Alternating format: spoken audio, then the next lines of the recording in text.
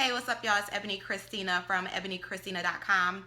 In today's video, I am going to teach you how you can become a flight attendant in 3 easy steps.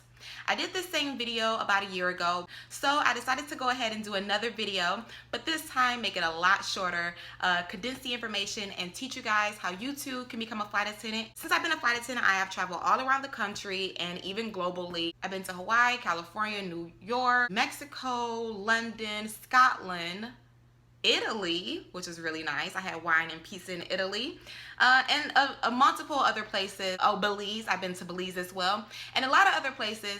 The reason I've been able to travel to these wonderful places is because of my career as a flight attendant. It affords me the opportunity and gives me the experiences of traveling the world and getting paid for it. I love what I do, which is why I want to teach you how you can add a little more excitement to your life, travel the world, and get paid for it.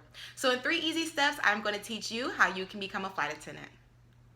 So the first step to becoming a flight attendant is to simply apply. If you watch my first video, you know my motto: apply, apply, apply. That's pretty much all you have to do to put your name into the job pool to be contacted for an interview to become a flight attendant. I recommend when you start applying to become a flight attendant, you put out multiple applications. Don't just try and put out one and cross your fingers and hope it happens. In order to increase your chances of being hired by an airline, it's best that you put out multiple applications to multiple airlines, mainline as well as regional. Really quickly, the difference between mainline and regional: mainline carriers are those larger planes, the more recognizable names such as Delta, United, American. Regional airlines are the smaller airlines who sometimes work under the mainline brand to work their smaller routes, and they also fly on smaller aircrafts. I started off as a regional flight attendant before making my way to mainline, and that's an option you can take, or you can start with regional, stay there, or you can start with mainline. Either is an option, but when you do start applying to become a flight attendant, make sure you submit several applications. Step 2 to becoming a flight attendant: passing the interview process. So there's 2 parts to the flight attendant interview process. The first part of the interview process is either a video or a phone interview. Typically it's a recorded video interview that you're going to have to do before you move on to the actual face-to-face. Now for the video interview, it is typically recorded. It's not a live interview.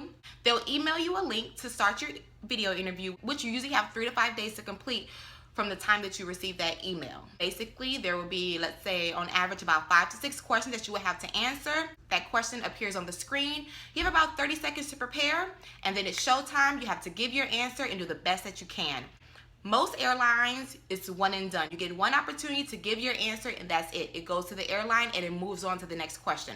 So if you fumble, you don't answer as confidently as you wanted to, don't worry. Just move on to the next question and keep it moving. You have to do the best that you can at the time that they give you. Sometimes there may be a phone interview. Some airlines do phone interviews where a recruiter will call you and they will ask you questions over the phone and decide if you're good enough, basically, to go on in the next step of the interview process, which is the face-to-face.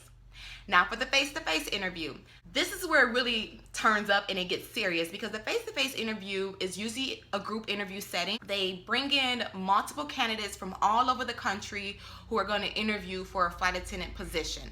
There's 2 rounds to the face-to-face interview. For the first round, you have 1 or 2 recruiters. They're asking you a series of questions to get to know you. Usually the questions are customer service based and about your previous work experience. You answer those questions, you do the best you can, and they will decide if you can go on to the next round. After the first round of interviews in the face-to-face, there's usually cuts. They cut everybody they don't want. So it's kind of like a casting call. You have your first interview, they cut the people they don't want, they send them home and say, hey, thanks for coming, have a safe flight. If you make it on to the next round of the interview, this is where the questions get a little more specific, and by this time they've already decided that they like you. Now they're looking to see how you will fit in with the culture and to get to know you a little more specifically.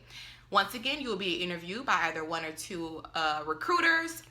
They will ask you a series of questions, and then the questions for the video interview are customer service based and about your previous work experience. So the questions could include: why do you want to become a flight attendant? Why do you want to work for this airline? How would you handle an unruly passenger? Tell me about a time when you had to go over and above for a customer. Tell me about a time when you had an issue at work. How did you fix that issue? How did you handle it? How did you correct it? These are the kind of questions that they're going to ask you. So after the second part of the face-to-face interview, there are the second round of cuts.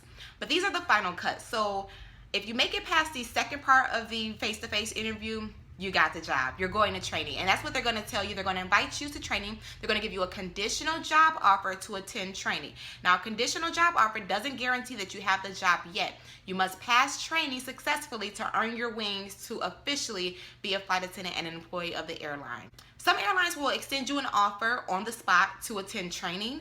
Some may tell you that they're going to give you a call or an email to notify you of their decision. So just know that if you go to a face-to-face interview and they don't give you a job offer right there on the spot, that doesn't mean that you didn't get the job. All airlines do not give offers on the spot. Some will wait a couple days and give you a call and then invite you to training. Now, training. Training is the third part of how to become a flight attendant. In order to become a flight attendant, you must pass the training process, which is a pretty intense process that will last either 4 to 8 weeks depending on the airline. During training, they're going to put you through a series of tests, written tests, as well as live drills. You're going to learn a lot of information about being a flight attendant, about aircraft, about federal aviation regulations. So it's a lot of information that you have to take in. So it's important that during the training process, you completely dedicate yourself and you focus and you stay on top of it during the entire process all the way up until the very end. For the exams, you have to pass each one at least on average is about an 80%. If you do fail one exam, don't worry, your dreams of becoming a flight attendant are not over. You will have an opportunity to retest, but you're only allowed one opportunity